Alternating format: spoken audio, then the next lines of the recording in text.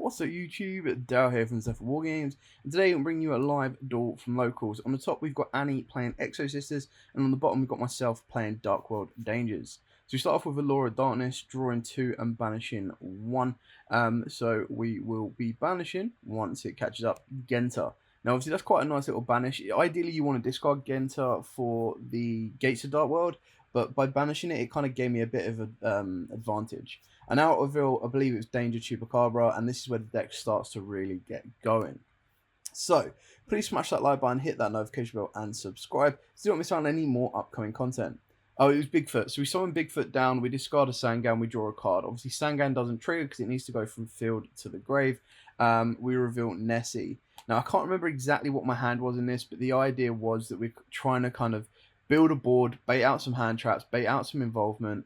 Hits Chupacabra, which is a bit of a shame because there's nothing to kind of trigger or do anything with. But yeah, we're trying to build this board. The hand's not the greatest, but it's trying to set up the combat that can kind of end everything we need. So he activates Imperm on Tour Guide, which is great because that's kind of the bait out we wanted, especially if we're going to commit to something like Saruja or Coach King Trainer. We also saw in the hand that she has a Darkworld and no more, which you'll see in a minute is very, very painful. So basically what we're trying to do is we're trying to dig for the fusion and the fusion materials, because I know that ultimately the play of that can lead to pretty much gain. Now it's a bit of a risk. I could have gone to Appaloosa, I could have gone to something else like that, but I decided to go with Skuldred to draw 4, put 3 back, and I believe off of the draw I got Ascension, Rainbow, and a couple of Dangers, and another Genta. So I believe I put pretty much 3 of them back, and then try to continue to make my plays from here. Keeping in mind that Saruja can special summon, and obviously with not knowing that my opponent's got Darkwater in the hand, it's all about trying to get that right balance. So we activate Genta to get Gate of the Darkworld. We're going to try and push for another discard and another draw. So you're trying to replace your hand and kind of go from there. You've seen it would keep going and going and going, which is really, really nice for this deck. It's why I love it so much. It's really, really fun. And there's no designated outcome. What I mean by that is it's very, not luck-based. Well, it is luck-based, but you can keep going round and round. So you can see that I banish the Danger and discard Rainbow. So I get a draw. Rainbow will search me out the Grepher, which gives me an involvement. And I think what I'm trying to build at the moment is, if I remember rightly, it was ideally 2 Greffers with Ascension, because then I can discard both, pop 2, and get the fusion. And I obviously wanted to get a Darkworld on the board so that I could start bouncing back Greffers and Rainbows and everything else. You'll see that with the Darkworld here, it's kind of one of them ones that you want to save it where it's all possible. Or basically you want to save your fusion. You want to make sure that you can use the quick play twice. So I special summon down Snow off of Saruja's effect, bounce it back with Rainbow just to kind of give me that hand advantage. And then pretty much set up with... I mean, I could have activated Ascension. I believe if I had it in my hand, yeah, that's Ascension there. I could have activated Ascension, but then I think I was trying to maximize what I was getting away with in my hand, like what I was making. So, I mean, an Imperm didn't really stop me, which is fine, but if you hold the Imperm and hit it on the Saruja, that would have been pretty painful. But I probably, at that point, if you haven't baited out a hand trap, I would have had like 5 link materials, so then that could have been like an IP plus other link monsters, so I probably would have been in a little bit of a better situation doing it that way. I also found out yesterday the reason for Zelantis, which is very interesting. So she activates Martha in hand. I don't really have a response to that. I'm not playing any hand traps, which again is another nice thing about this deck. Is like, you don't want to clog your hand down with hand traps until you get to the side deck, because then you want to make sure that your hand traps you're putting in are going to end a turn. And that's kind of where you go from there. Unless you count Neko Main King as a hand trap, then technically I play 1. So we're pretty much going off here, or the Exosisters are going, and he's going off with the Exosisters. The normal summon Sophia was interesting. I wasn't expecting that so soon. But either she drew into an Elise or she got to an Elise, and I was like, yo. So she's just special summons down Elise. Now I know there's 2 rank 4s coming here, and I make a bit of a misplay. So I activate Ascension early. And I probably should have waited for her to conduct an XYZ, and then I could have guaranteed to clear off an XYZ. For some reason, in my mind, I thought I was getting a pop 2 when I really wasn't. I was getting and I messed up with Snow as well because Snow revives from my opponent's graveyard. Um, but regardless, because I could have kept Snow in hand, and then when she puts a monster in grave, steal a level 4, which would have been quite funny. But Graph targets, I believe it was like Elise or Sophia. Snow will give me a search of any Darkworld card, which is basically silver. So if I activate the Dragon Overlord effect, I can like loop it around or loop two cards from her hand, and then Saruja triggers to boost both my Fiend monster and Rainbow by 300. Keeping in mind as well, they're already boosted 300 each because of the field spell, so getting double benefits. So the best thing I can search off of Snow is silver for like hand involvement. Everything else would have been like a brow for draw 2, or I mean, in this scenario, gold would have been nice. I could have gone for Ceruli, but it wouldn't like. I didn't really have. I needed another card in hand that would have given me as much advantage, so it really kind of wasn't worth it on that one. Yeah. So she's got the Dart Ruler, which is a little bit painful. Like I wasn't expecting that. Usually most people drop Dart Ruler really early, so she did well holding that back until I made my fusion. And the thing is, she didn't even know I had the Ascension. There was no point during the plays where I actually searched it out, which is quite funny. So yeah, that holding back that Dart Ruler, maybe she thought it just wasn't worth it. So she's going to activate Machillis here. Now, she chooses to go for Returnia. I asked her after this. I was like, I mean, what she could have done is that she could have... she uses the effect to banish the Dark Greffer Lord. But what she could have done is she could have gone for Pax, activated Pax, made another rank 4, searched out a Martha for a follow-up turn. Or what I did suggest is that she goes into Jabrain. Because then what you do is you overlay Jabrain and Machillis and go into Magnifica. Magnifica would have a banish, and then she could tag out into Jabrain, which will shut off my graveyard for a turn, which could be very painful.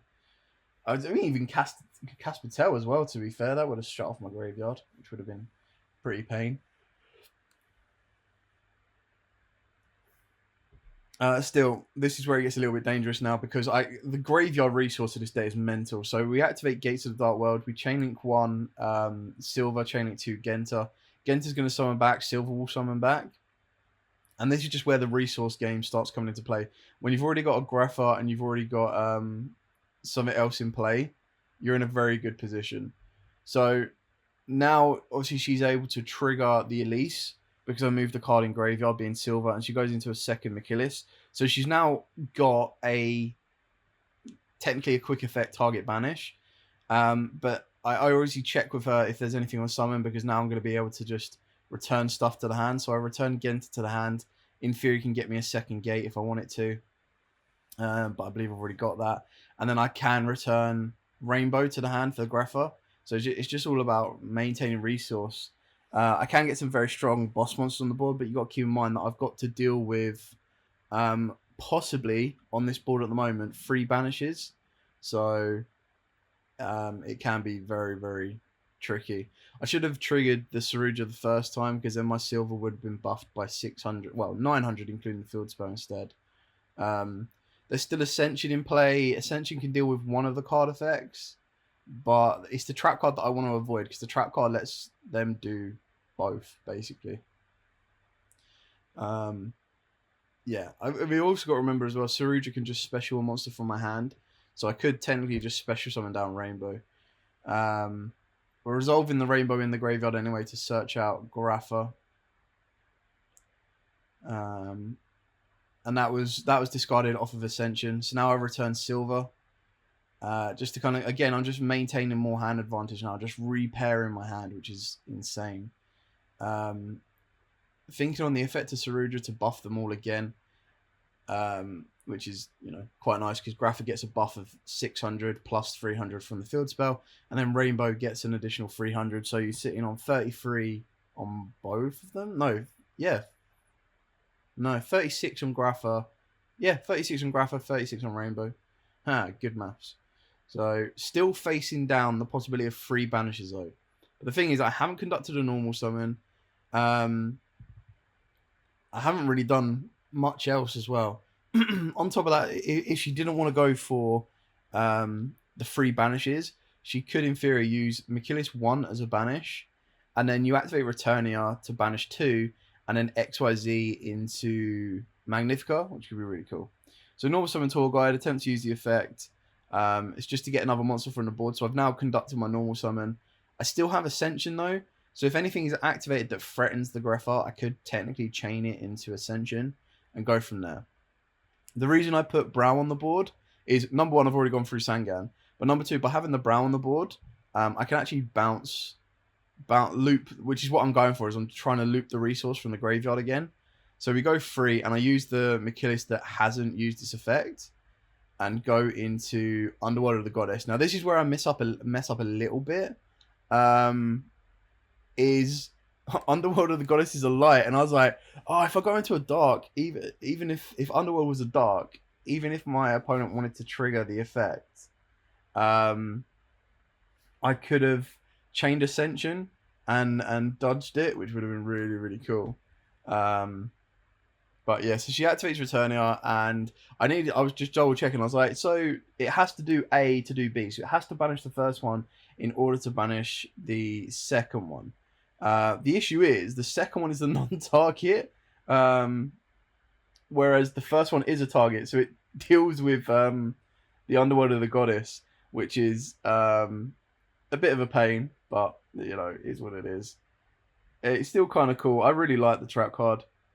But yeah, it was like literally the first effect deals with Underworld of the Goddess, and then the second effect would deal with Brow. I was trying to get it to go. Well, I wasn't gonna lie, but I was like, you know what, Brow doesn't do anything, but the field spell's already been used, so like the field spell's not doing anything apart from buffing my monsters. So yeah, she banishes the Underworld of the Goddess, and then she's debating which one to kind of banish between the Brow. Obviously, I would have loved it if you chose the Gate, because then I can just loop the Brow back, bring back Rainbow, loop the Rainbow back, bring back Greffa. Luckily, I was still able to play because I still had Ascension, I still have Silver in the hand, and I still have the ability to... So I'd get the Fusion Monster, I'd get Silver, and then Silver can loop back around to Rainbow. So we've got Greffa as well. So it's Greffa and Silver to make the fusion. I'll then be able to trigger both of those. So Greffa to pop the Machillis. It's the only thing left on board. Silver to summon. So brings back Greffa. And then I could, if I want to, bounce the Silver for Rainbow. And then bounce the Rainbow for Greffa. I probably could have kept the Rainbow on the board. It would have been stronger. But ultimately, I think Annie is down... I think she's only activated one, so I probably should have kept up with this. I think she's only activated one field spell. So I believe she's on 7,200. I haven't taken any damage off of this, so I'm still good at the moment. And then, yeah, the reveal of a Thunderbird and summoning Thunderbird successfully is ultimately going to lead to game. So I've got 3,500 on the Fusion Monster, 3k on Greffa, so straight away that is 65. And then Thunderbird in for 28 to finish the game off. So we'll reset Annie's life as we go, or LP, as we go into game 2. Now, obviously, this time Annie gets to go first. So I've got to deal with possibly what is the stronger end board for Exosisters if they go off. I got very lucky that she didn't see D-Shifter in either turn. If she did, I would have had to hope that she didn't get to Returnia and that I could then sit on a Baguska for 2 turns. So... yeah, she does the standard play. So Caspatel, search out Martha. Martha gives you another XYZ. Kind of skipping ahead of myself here. Like I said, I'm not really playing hand traps. The only hand traps I had in the side was something like Droll. But with Sisters, I kind of went with Lightning Storms, Dusters, Evenlies. I wish I'd gone with something like Lava Golem. But even then, it's rare that they leave 2 on the board. I feel that she plays it a little bit more with leaving stuff on the board in certain stances. So that something like tier elements that she's used to facing against, they always move stuff in the graveyard. So you always want to kind of like leave an Exosister on the board so you can guarantee they'll have their XYZ effect that turn. Surprisingly, she went with Armament off of Machillis. But it does signify that I know, because in a minute, you'll see that she pretty much just makes these 2 XYZs and sets 4. And I was like, what? So I knew one was an Armament. I think one is a Vadis, one is a Gozen match, surprise, surprise, and I think one is a Returnia. It surprised me that she didn't make Magnifica, but I'm not too. I'm assuming she kept them on there because she could Returnia to XYZ during her turn, but we'll soon see. Anyway, activating the Law of Darkness, banish Tour Guide, which is a bit risky because, you know, if I wanted the normal summon, but I believe usually when I go second, I take out Neko Main King. The Gozen, this is just inexperience on Annie's behalf, is what to side out, what to keep in. Now, obviously, with Gozen, it does stunt me a little bit going into my extra deck, but with experience on this one, what you'd probably do is you have two options. You wait until, if you keep it in, you wait until I put a monster that is not a dark on the board, and then you can flip Gozen, and then I'm in a bit of trouble. The ones that aren't darks are obviously Underworld of the Goddess. Saruja is obviously an Earth. So there are ways to kind of successfully resolve Gozen, but I think she shotgunned it a little bit too early. Anyway, we've got the Genta combo, so we banish the Genta and discard a Rainbow. We'll draw one off of the gates, and then we'll search off a Rainbow, and then we'll two Genta to summon back. And obviously now I'm locked into Darks. So Gozen is such a good card if used at the right time. Hopefully she's watching this back. It's just like a little learning curve. But yeah, all it is what it is. It's part of the game. There's still 3 more back row that I know one of them's an Armament. And there's the Vadis. So she's going to pay the 800 on Vadis, which gives her 2 more. Which, I mean, it's not a big issue because I've had to play on the Dweller before with this deck. The thing is, it means that every time I try and bounce back a Graph or a Rainbow or anything like that, I'm 99% sure it triggers the Exosisters anyway. So it's like I'm just giving her free XYZs, which is a pain in the ass, but is what it is. So I've now got rid of 2, or I know 2 of the back row, which I'm personally not too afraid of. I know one of the back rows is Armament. I can only naturally assume the other back row is either an Imperm or a Returnia. I would like to assume, or it would be more logical to assume it's a Returnia, considering she searched out an Armament. So we're going to activate the Ascension, and this is purely because I believe I've got like 1 or 2 Greffers. So I believe it's Greffer. That looks like 2 Greffers to me. I'm pretty sure it is. So we go into the Dragon Overlord. It's 2 Greffers, so I target the 2 new sisters so that I can get rid of those and then start hand looping. And it also baits out the Armament as well. So she changed the Armament, which is completely fine. So she goes down to 64.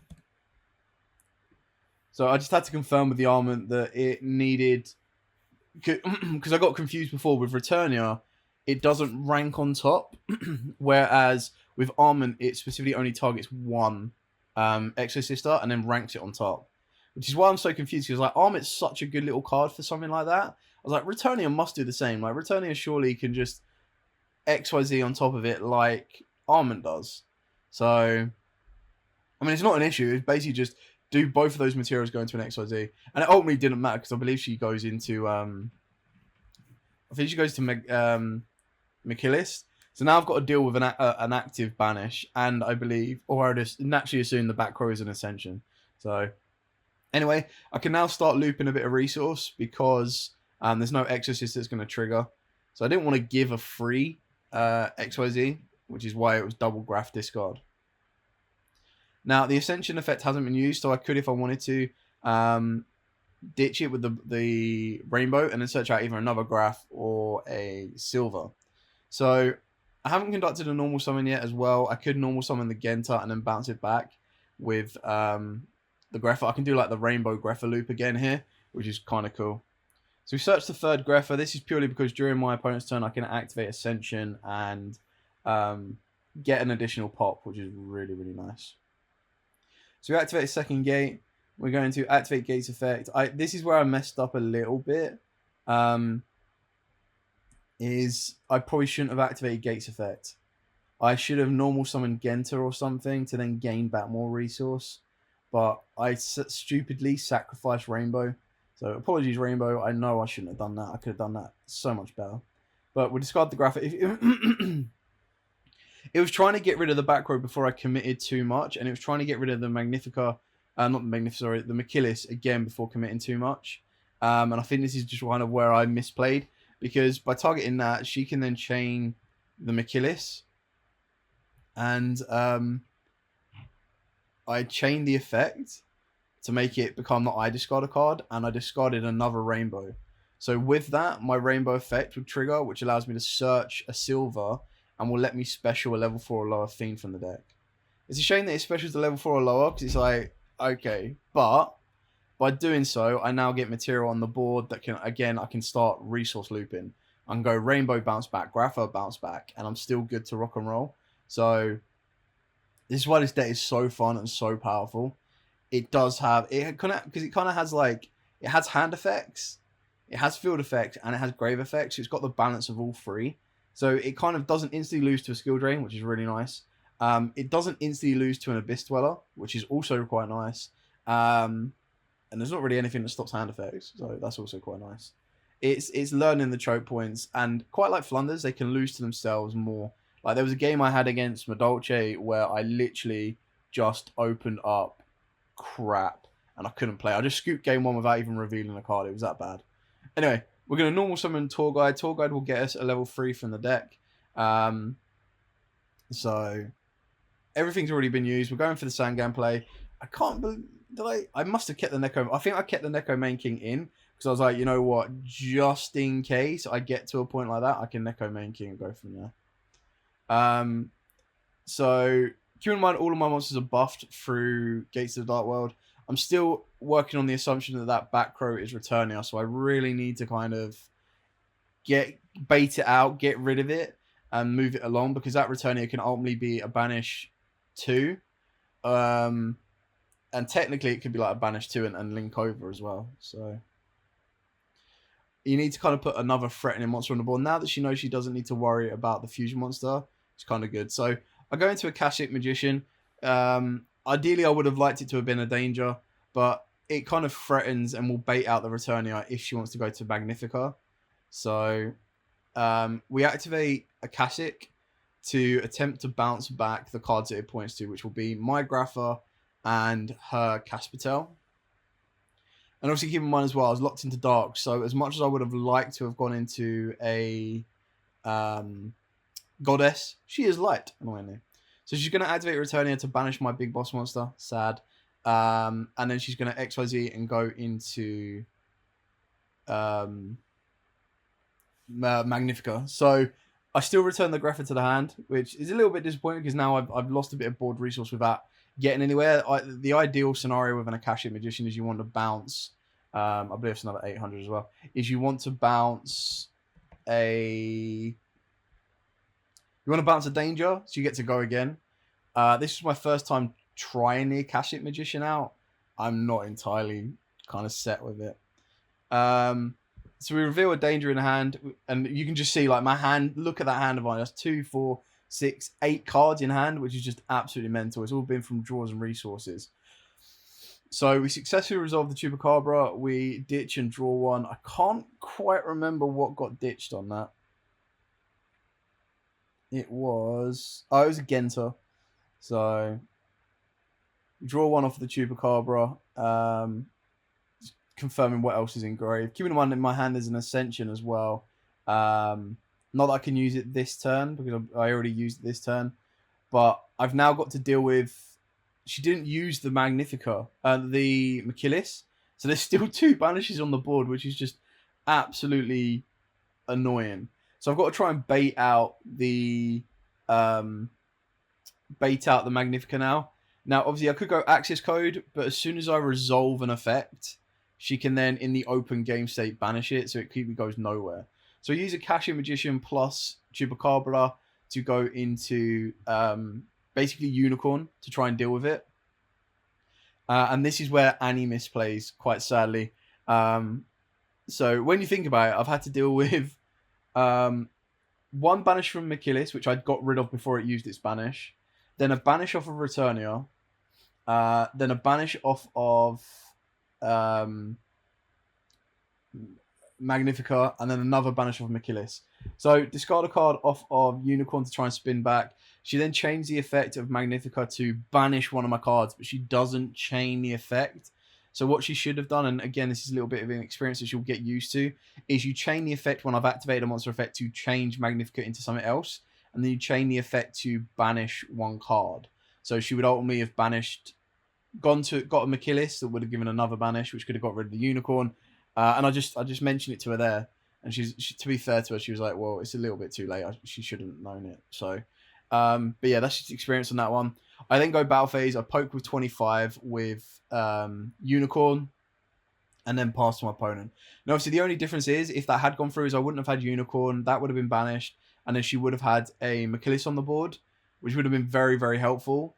Because she would have drawn for turn. I would have then had to activate Ascension during the draw. And then during the draw phase, because if she activates the Machillis, she'll get a free search, which I don't want, because that can be a Vadis or anything. So we activate Ascension during her during the main phase 2. We activate summon out the fusion monster, use Greffa to pop the back row. Silver can summon back, and then I'm pretty much good to go from there. So ultimately, this will then lead to game. I've got to take the 25 off. And for those of you that are like, why is Unicorn at 25? Well, Unicorn gets a nice little buff because it is a fiend as well. Beautiful. So then normal summon Gentar and attack the game and pretty much leave it there. Anyway, thank you so much for watching. Don't forget to like, comment, subscribe, share. Till next time, guys, as absolutely always, stay safe. And of course, happy dueling.